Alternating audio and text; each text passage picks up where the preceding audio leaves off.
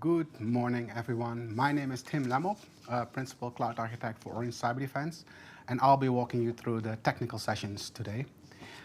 I hope you all enjoyed Alan and are now ready to consume some very interesting information about micro-segmentation. If I understand correctly, we should be able to show the agenda for today at the moment. I'm still waiting for the agenda. There it is. There it is. We have 4 sessions. The first one will be about tightening security posture with micro-segmentation. The second one will be infrastructure agnostic security. The third one will be a demo where we will consolidate some of the information previously given in the first 2 sessions and some additional information.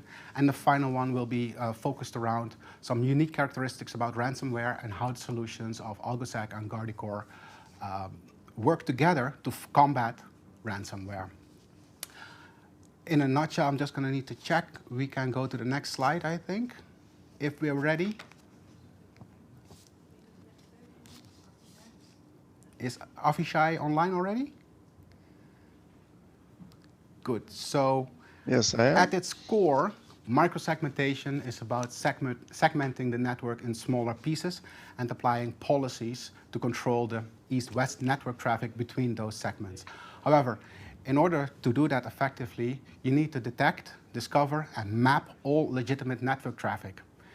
Avishai Wool, CTO and co-founder of AlgoSec, will walk us through and show us how this can be achieved using a combination of AlgoSec and Guardicore solutions.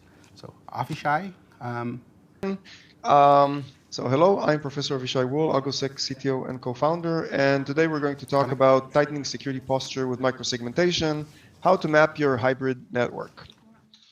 I'm going to start with a motivating example, which unfortunately you're probably all familiar with, which is ransomware and its lateral movement. So how does ransomware work? It starts with exploiting the first computer somehow. Once it does that, it starts to repeat. It encrypts the file system of that computer and all the network files shares that it can reach from that infected computer. And then it's moving laterally. It looks for other computers that it can explore and infect. And if it finds one, it delivers the exploits to the next computer over the network. And then the cycle continues. Eventually, some critical system gets encrypted and the organization shuts down. The ransomware authors wait for the victim to call, and ideally for the ransomware authors, pay the money. Not a good idea to do so, but people still do it. And that's how it works. Okay, so what I'd like to bring to our attention, though, is the distinction between the various steps and their different ways of mitigation. So the first step, or let's call it step 0, is that first computer that gets infected somehow. Imagine in this slide that it's somebody working from home, visiting some website or clicking on some bad link and getting infected. As an organization, there isn't a tremendous amount that we can control here. We can do things, but it's difficult. But then what happens is that that home computer of that employee is connected to our organization because let's say they need to clock in. So it's connected to some clock application, which is then connected to some other systems. And eventually, after a few steps from computer to computer over the network, it can reach a financial database, and that's already a critical system. And then if that gets encrypted, then you face a terrible choice of either paying or losing data or restoring from backups. Okay, so notice this pattern of stepping stones, moving from computer to computer to... Avishai, we can't hear you. Please check your microphone. Can you hear now? Yes. Yes, thank you. Please continue. Okay. So we need to define segments, network segments, to control east-west traffic.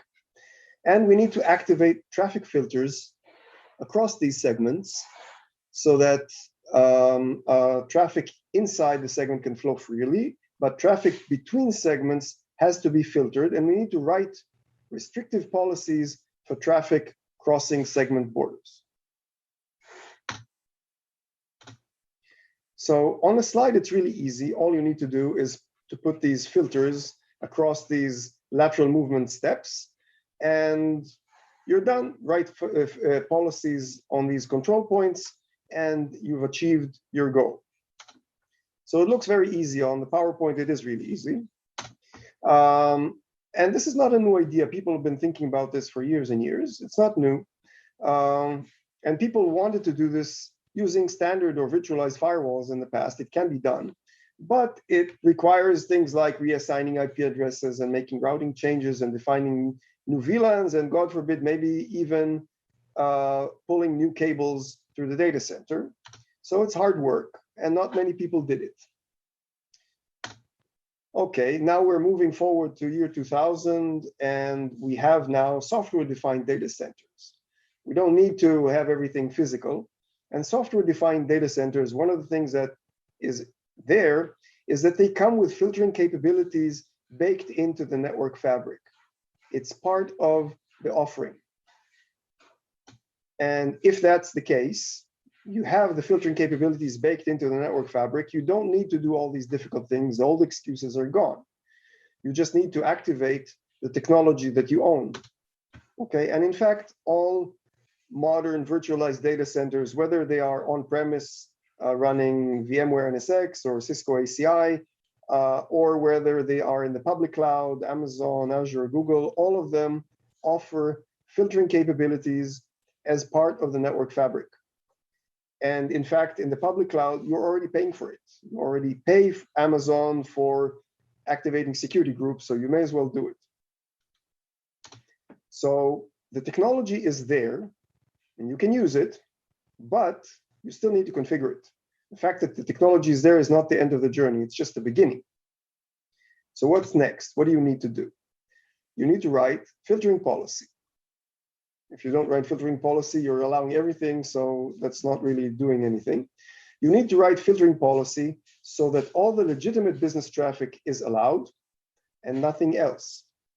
To do this, you just need to know the intent of all the legitimate traffic traveling through the data center so you can write policy allowing it. Okay, so obviously you have perfectly accurate records that are machine readable, document all the application flows running through the data center, and all you need to do is take these records and push them into your favorite filtering technology, and you're done, right? Easy. Well, maybe you belong to one of the organizations where that's the case. Could be.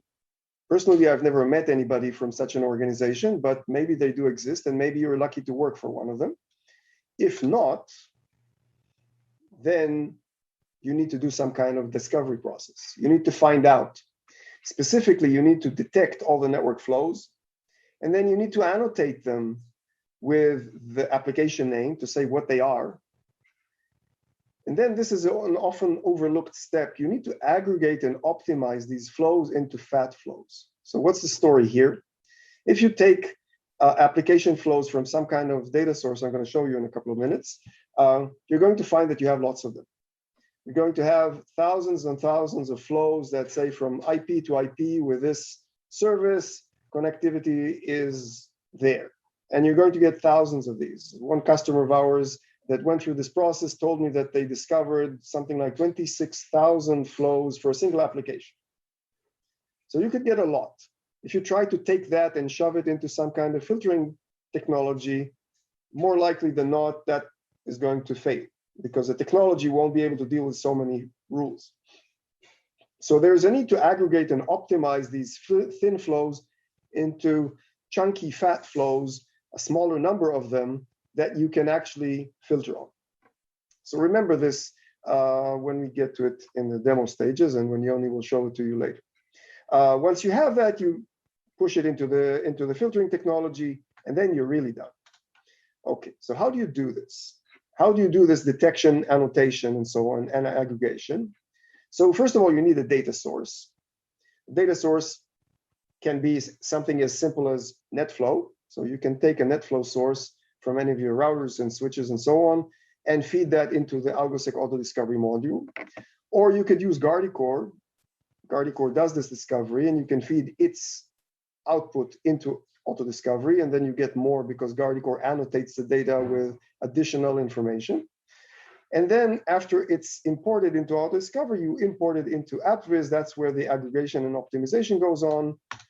And then as a result of this, you've learned a lot. You have your micro-segmentation know-how, you know the application names that annotate the current and future rules.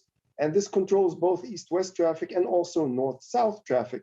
North-south traffic also gets into the data center and needs to be recorded in the filtering rules of the micro-segmentation. So this is what we want to do. Now, I want to show you a very quick demo of what you can do without Guardicore. So you can go to the AlgoSec UI, you can click on Auto Discovery, you activate it. This is coming from NetFlow. You can see lots and lots of these very thin flows from IP to IP on these ports and so on. From there, AlgoSec organizes these flows in what we call business services. You can see that now the flows are organized so that if there's a shared IP that connects to multiple other IPs, other servers in the backend, they're organized in some kind of tree or graph because they all apparently belong to the same business service. They're doing something together from the client to this server to these other servers.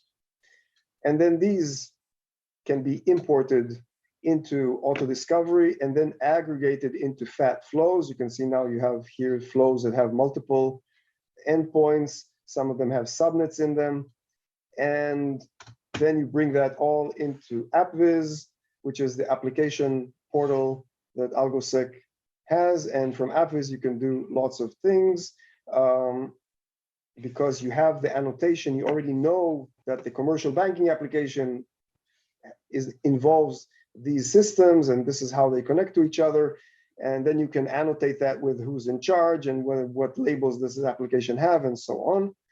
And then you can manage it in an ongoing fashion, because then applications will change in the future and you need to adapt. When you need to change something, you have a workflow for changing.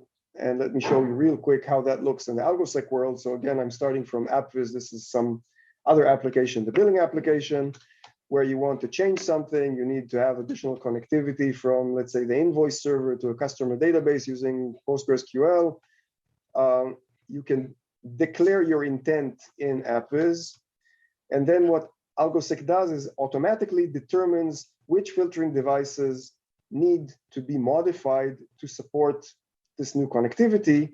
And this is the list. You can see there's 2 Cisco devices and 1 checkpoint.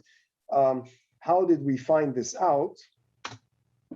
Well, this is one of the core capabilities of AlgoSec, which is to simulate the filtering in the network, both from a routing point of view and from a filtering point of view.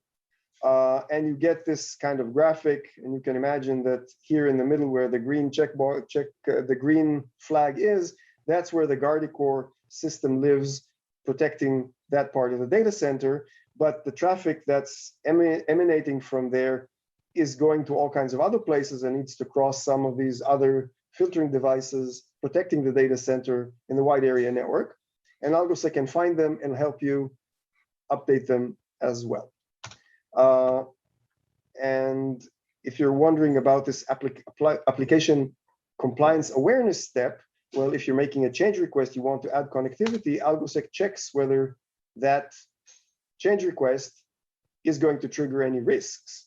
In this case, luckily, it's not. AlgoSec checked and said there are no risks found. If there was a risk, it would have been flagged here and could have been blocked, assuming that whoever is in charge approves this. AlgoSec can go ahead and create what we call a work order that can be actually implemented and pushed into these filtering devices and update them so that the new requested traffic is allowed. So to summarize, what we saw today is, first of all, micro-segmentation is key to tight network security. That software-defined networking enables micro-segmentation, but it does not mean that all your challenges are gone. And discovery of intent, segment definition, and initial policy definition are all crucial to micro-segmentation. And here, this is where the combination of Guardicore and AlgoSec really shines. And then on an ongoing maintenance stage, you need to control both east-west traffic and north-south traffic. And again, with AlgoSec, you can do this automatically and efficiently. And with that, thank you very much, and I'm handing it back to the host. Right. Thank you, Avishai, for showing us how the combination of AlgoSec and Guardicore solutions can actually remove all complexity when applying microsegmentation. The next session on the list is infrastructure agnostic security, and we'll get back to you momentarily.